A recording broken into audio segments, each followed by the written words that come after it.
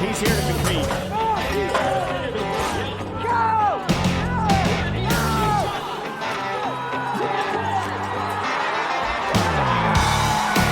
Keyshawn Whitehorse deserves so much credit for this out. Hey everybody, Tom Barnes, Stories from the 70, and I am joined today by an interviewee that I don't think I've ever really interviewed somebody of this caliber, the 2018 PBR Rookie of the Year. And I'm not talking, I know we're in the Midwest, but I'm not talking about Pabst Blue Ribbon as the PBR. No, I'm talking about professional bull riding. I'm here with Keyshawn Whitehorse. How are you? I'm doing excellent. So, professional bull rider, you've been doing it since you're about 5 years old. Is that right? Yeah, I started when I was 5. I got on some sheep, calves, steers, worked the way up through like any type of other sport, you kind of go through the ranks, and as you get better and better until I got old enough to get on bigger bulls. So, I think a lot of folks, maybe in the Midwest, just because of where we are in the country, might not realize that I was reading through your bio, and it said that you were on like the high school team and you move your way up after you were little. Is that right? Is that how that works? Like when you were in this circuit? Yeah. So you got high school sports, basketball, tennis, football, and all of that. I was part of a high school rodeo team. For us, it was more of a club. But you have your regions that you go in and you ride in your regions, and then obviously they have state finals, and then they have a nationals deal. And in the rodeo, it's not just bull riding. You have a bunch of high school kids going after different events. Steer wrestling, barrel racing, all the saddle bronc, bareback, all the roping events. So timed and rough stock, they got it all. And you grew up in Utah, is that correct? And you're still in Utah? Yeah, I grew up between Utah and Texas. It was kind of a back and forth deal. So just transitioning back and forth wherever my parents' work took them, I went along. So, but I read that you found this. Your dad was like kind of an amateur bull rider, kind of, or in that area, and you saw it on TV because you guys followed it while watching on TV, and that's where you're like, I want to do this. Yeah, my dad had got on a few bulls at times, and he wasn't a bull rider by any means. Like he wasn't like getting on consistently, going from rodeo to rodeo. He just dabbled. Yeah, he just dabbled in it. It's kind of like going to your local rec and playing basketball every now and then, But one night he was watching it on TV, and I woke up and I said, I want to do that. That's incredible, just because here in the Midwest, like the most fringy sport, I would say, probably is like curling. You know what curling is on the ice, because Wisconsin's not that far from us, and like lacrosse, we're football, baseball, basketball kind of area. So hearing about bull riding in terms of how people describe like going to soccer practice in the Midwest or something is out of this world. But I mean, that's got to be a lot of fun to understand how this differs from other sports in general, because this is something pretty true to your heart. I believe your nickname is the Pride of Navajo Nation. Is that right? And that's because you really want to be one with where you're from. Yeah, I mean, I get a lot of support from the Navajo Nation, and I enjoy it. So, it makes me happy that I get that kind of support, and it makes me happy that they're proud that I am representing them. So how does it work for you? Like you mentioned before we started this recording, you practice at home a lot, and then you have these events, and the big event, we should say, is this Friday and Saturday. First of all, here at the All-State Arena, the professional bull riding, I don't want to say the name wrong. Is it a championship? Is it just a stop here in Chicago among many? How's that whole thing work? It is a stop here in Chicago among many throughout the season. I believe we are 6 events into the 2023 season already. We started our season earlier in the late areas of 2022. Sure. So it's our 6th stop, and I think in total for the season there's 28 stops in total prior to the World Finals. But yeah, I know, and this weekend, I mean, every event is key. I mean, when it comes to trying to win a world title, that you go to. So I mean, it's a big event for sure. Obviously, there's some smaller venue events that we could go to and whatnot, but for the most part, it is a serious event that we need.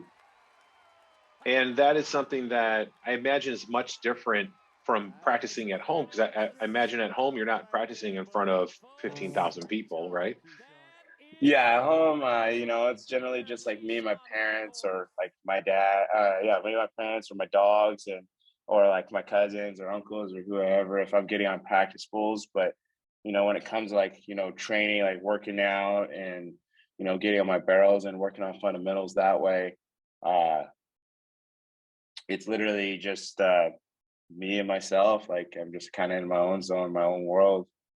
What's the practice day like for you? Is it like an 8-hour day, 5-hour day? I mean, I imagine it's got to be pretty grueling, because it's a big giant bull that you're riding, so you want to know what you're doing. Yeah, generally it's kind of like I would say more like 5 hours, 4 to 5 hours, just varies. And it varies on a lot of it too, on like the way you're riding as well. But for the most part, work out for 2 hours, stretch for an hour, and then maybe do some fundamental training for another 2 hours. Um, but I mean, it could go from that to where you get on practice pools. Maybe if you get on practice pools that day, you're not doing too much weight training. You're not doing too much like fundamental training, because that's what the practice pools is about. And I mean, bull riding, it doesn't matter how much you work out, unless the bull's like super easy. But if you have a bull that's going to challenge you, no matter what, you're going to probably be out of breath or pretty worn down after each ride. So those the practice bulls, those are real bulls, right? They're not like, it's not like Yeah. a machine you get on or something like that. Yeah. Practice bulls are generally like, just depending on the caliber of rider, it's generally just a lower caliber of bull that then we usually get on. And sometimes it's not even that. Sometimes it's the same caliber of bulls that we get on the weekend or higher. It's just, it's getting on bulls that you're trying to test yourself, trying to challenge yourself, or trying to perfect something. If there's something within your form that you want to work on and you want to slow it down, then you get on bulls that maybe don't buck as hard, because it's still real time movements and stuff. And you gotta keep moving, and you gotta keep adjusting, versus if you got like on a mechanical bull or whatever, you could stop and do whatever, and it doesn't per se keep you reacting. Versus if you do get on something that you have no control of, you gotta try to fix what you're doing wrong, but then keep reacting. Is that tough to do in terms of, every bull's different, right? So, I imagine every bull's different. I haven't ridden one. I've only ridden a mechanical one, and that was ugly and it was awful and I was terrible at it. So I can't, and I'm sure that you probably roll your eyes when people are like, is this like the same? Obviously it's not the same thing, right? I mean, it's completely different. But is it, when people, let's say, they practice basketball, they have like drills, and you practice their free throws and stuff like that. What do you practice? What do you mean by form? Just different, is there different techniques within bull riding that maybe the average person might not know, but it's commonplace? Yeah, I mean, a lot of times when people are not too knowledgeable about riding, they think the free arm is just up in the air for no reason, and you just hold on. But from the bottom of our feet to the top of our head, we kind of have to know where everything's at and what we're doing. So generally, starting from your feet, you want your toes turned out, so you away from the bull, because you're wearing spurs. You need some to get a hold with, and then usually you want to have a slight bend in your knees, just like any athletic stance. You want a little bit of a bend in your knee, but more so that's for being able to squeeze the bull with your knees, because there's only one thing holding you connected to the bull, and that's the bull rope that you're holding on to. Other than that, it's your legs. Your legs are going to keep you from side to side, staying in the middle of the bull.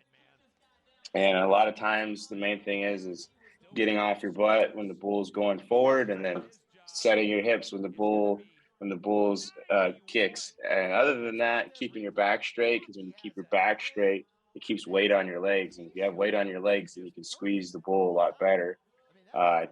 Keep your back straight, chest out. If you have your chest out, it helps drive your hips towards the bull rope. You want to stay on your bull rope. If you stay on your bull rope, then that's the safest spot to be, where there's less power. With your riding arm, whether you ride with your left hand down or your right hand down, you want to be lifting, but not all the time. You either want to, sometimes you want to be pushing down on the bull's back, but generally when the bull's kicking, you're lifting. But when the bull's moving forward, you don't want to be lifting too much. And with your free arm, it's like your balance beam. It keeps the weight transfer evenly. So if a bull is going into your hand, you want to pump over your head, like move your arm over your head to try to get all the momentum and all the weight moving that direction. And if a bull's going away from your hand, you're riding more so off of balance and strength that direction because you don't have as much leverage. And you got to make sure that your free arm is in control, that your free arm doesn't get behind you, like behind your chest line. Because once it gets behind you, it shifts your hips out of place. And the main thing you want to do with the bull is stay perfectly square with his back. That's a mini little lesson. I appreciate that because to me, it's just like you said, I think most people think the arm's up for a pose, right? Because people see things, which I'm sure drives you guys nuts because obviously to do something like this is a lot more involved than people think, as is any kind of sport, really.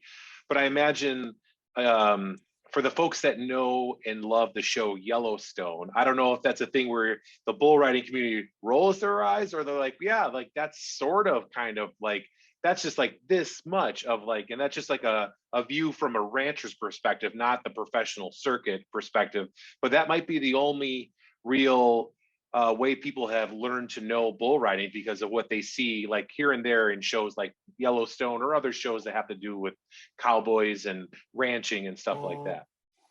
Yeah, I mean, for sure. I mean, just in any other world, and when you're dabbling off into things that, you might not have the most knowledge about, you try to find ways you can connect with it. That's just the way of human nature, trying to make the right connection. And so like, going to PBRs, that's, some people that's their way of being cowboy, is going to a PBR event or whatnot and stuff like that. So yeah, it's just trying to find connections. And that PBR event is this weekend, Friday and Saturday, and you ride both days, is that right? Correct. Friday and Saturday this weekend. Friday should start at 7:45. And then Saturday should be starting at 6:45, I believe. And there is a 15-15 bucking battle, which is the top 15 bull riders in the world, along with the top 15 bulls in the world. Wow, that's awesome. And that is all on the website, I imagine. People can just check that out, correct? Yep, PBR.com. And before I let you out of here, I was reading in your bio and it had this spot about you really want to honor your heritage and the Navajo tradition, and you do something you kind of almost like a ritual before every race where you want to connect with the bull. Can you explain? Yeah, I mean, for me, riding bulls isn't like some of the other guys. They're trying to like really beat the bull. They're really trying to like be like the asserter, and for the most part. And I think, I mean, don't get me wrong, it's good to be aggressive and stuff like that. I get aggressive. I yell at myself and hit myself and like really try to get in the zone. But for me, I'm not there trying to beat the bull. I'm just trying to work with the bull. I'm trying to, do things with the bull. And that kind of comes from the background and my knowledge.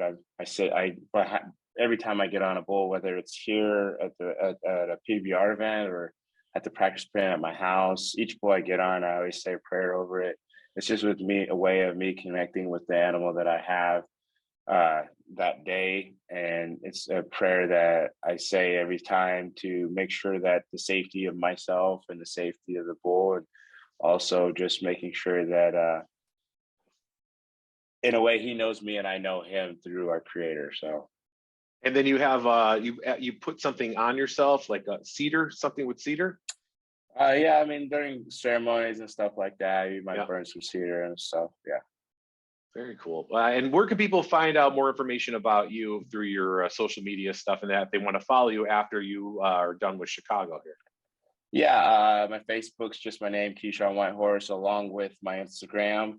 And Twitter's Keyshawn_W. So I can go out. Those are all my socials, and I'm on there. I'm pretty active, more so on Instagram than Facebook than anything else.